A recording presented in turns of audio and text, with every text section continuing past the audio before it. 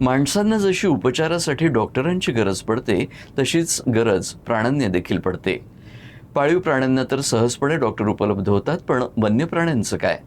त्यांना अशी उपचाराची गरज पडली तर डॉक्टर मिळतील देखील, पण जास्त दिवस उपचारांची गरज असल्यास त्यांना विशिष्ट जागा हवी आणि हीच जागा म्हणजे नागपुरातील ट्रान्झिट ट्रीटमेंट सेंटर. बघूयात या ट्रान्झिट ट्रीटमेंट सेंटरवर आधारित हा विशेष वृत्तांत. आपल्याला उपचाराची गरज पडते तेव्हा आपण थेट डॉक्टरकडे जातो आणि उपचार घेऊन परत येतो. कधी दीर्घ उपचाराची गरज असल्यास रुग्णालयात भरती देखील होतो. मात्र वन्य प्राण्यांसाठी अशी सुविधा उपलब्ध नव्हती. त्यांच्या उपचारासाठी तात्पुरती व्यवस्था केली जायची. मात्र हीच व्यवस्था कायमस्वरूपी करण्याच्या उद्देशानं नागपुरात ट्रान्झिट ट्रीटमेंट सेंटर उभारण्यात आलं आहे आणि आता या ट्रान्झिट ट्रीटमेंट सेंटरमध्ये सर्व प्रकारच्या वन्यजीवांवर सर्व प्रकारचे उपचार केले जात आहेत. यात एक्स-रे, सोनोग्राफी यांच्यासह विविध प्रकारच्या उपचारांसह शस्त्रक्रिया देखील केल्या जात आहेत. या सेंटरचे समन्वयक कुंदन हाते यांच्याकडूनच जाणून घेऊया या सेंटरच्या मागची संकल्पना. काय झालं, सुरुवातीला ट्रीटमेंट सगळ्या वाईल्डलाईफची सगळ्या इंडियात होत होती, पण कुठे कुठे जिथं जागा मिळेल तिथे, म्हणजे झूमध्ये किंवा रेस्क्यू सेंटर जिथे असतील तिथे होत होती.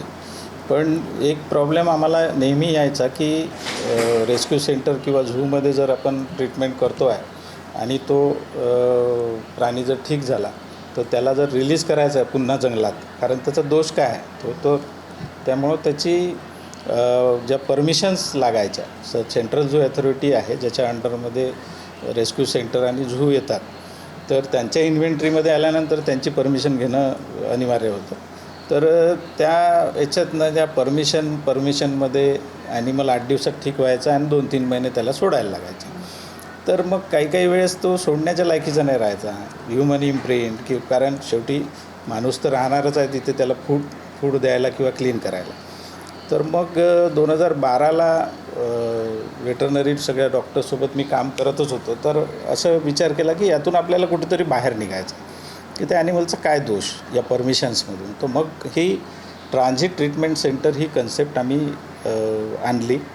मग मी वॉर्डन असल्यामुळं मी ती गव्हर्मेंटसमोर ठेवली, त्यांनाही आवडली आणि याची सुरुवात तशी झाली. ही कन्सेप्ट अशी आहे की इथे कुठल्याही वाईल्ड ॲनिमलला ट्रीटमेंटची जर गरज आहे तर त्याला इथं आणलं जातं. डॉक्टर त्याची ट्रीटमेंट करतात. तो ठीक झाला की डॉक्टर फिट टू रिलीजचं एक सर्टिफिकेट देतात आणि त्याला त्याच्या हॅबिटॅटमध्ये रिलीज करतात. आणि जे अपंग आहेत किंवा जे जंगलात जाऊ शकणार नाही असे रेस्क्यू सेंटरमध्ये ट्रान्सफर करतो आम्ही, पण हॉस्पिटलमध्ये जास्त ठेवत नाही, कारण त्याची ट्रीटमेंट संपली तर काही आयसोलेशन वॉर्ड्स आहेत बाहेर, तर त्या आयसोलेशन वॉर्डमध्ये काही दिवस ठेवतो. तर बर्ड्स जर असले, बर्ड्सची सर्जरी झाली किंवा पिनिंग झाली, जसे आपण माणसात रॉड टाकतो तसं सगळे माणसासारखंच आहे, तर त्यानंतर त्याला रिकव्हरीनंतर त्याचं उडता त्याला येतं की नाही बरोबर, याच्यासाठी मोठ्या मोठ्या एव्हेरीज आहे बाहेर. या ट्रान्झिट ट्रीटमेंट सेंटरमध्ये आतापर्यंत अनेक वन्यजीवांनी उपचार घेतले आहेत. उपचारानंतर बरे होऊन त्यांना त्यांच्या नैसर्गिक अधिवासात देखील सोडून देण्यात आलं आहे. विशेष म्हणजे या सेंटरमधून उपचार घेऊन बऱ्या झालेल्या वन्यजीव रुग्णांचं प्रमाण 86.9% इतकं आहे आणि त्यामुळेच ही संकल्पना आता देशभरात राबवण्याच्या दृष्टीनं पावलं उचलली जाऊ लागली आहेत. सेंट्रल झू अथॉरिटी आणि बाकीच्या ज्या NTCA किंवा यांना हे सगळं कळतं आहे, तर जसे जसे ट्रेनिंगच्या बॅचेस येतात, म्हणजे देहरादूनवरून IFSच्या बॅचेस येतात किंवा अदर स्टेटमधनं बरेचसे फॉरेस्टचे इन्स्टिट्यूट आहे, तिथून RFOच्या ACFच्या वगैरे बॅचेस येतात इथे, तर त्यांनासुद्धा ही कन्सेप्ट आवडायला लागली. तर मग आता बाकी स्टेटमध्ये, प्रत्येक स्टेटमध्ये वाघ नाही आहे, पण प्रत्येक स्टेटमध्ये असे प्राणी आहे की जिथे त्यांना वाचवणं फार गरजेचं आहे. राजस्थानमध्ये ते लोक आले होते, त्यांनी 3 तिथे तयार करत आहे. कर्नाटकमध्ये होत आहे 3. त्यानंतर पंजाबमध्ये, आत्ता उत्तराखंडचं मागच्या महिन्यात त्यांनाही आवडलं, त्यांची बॅच आली होती.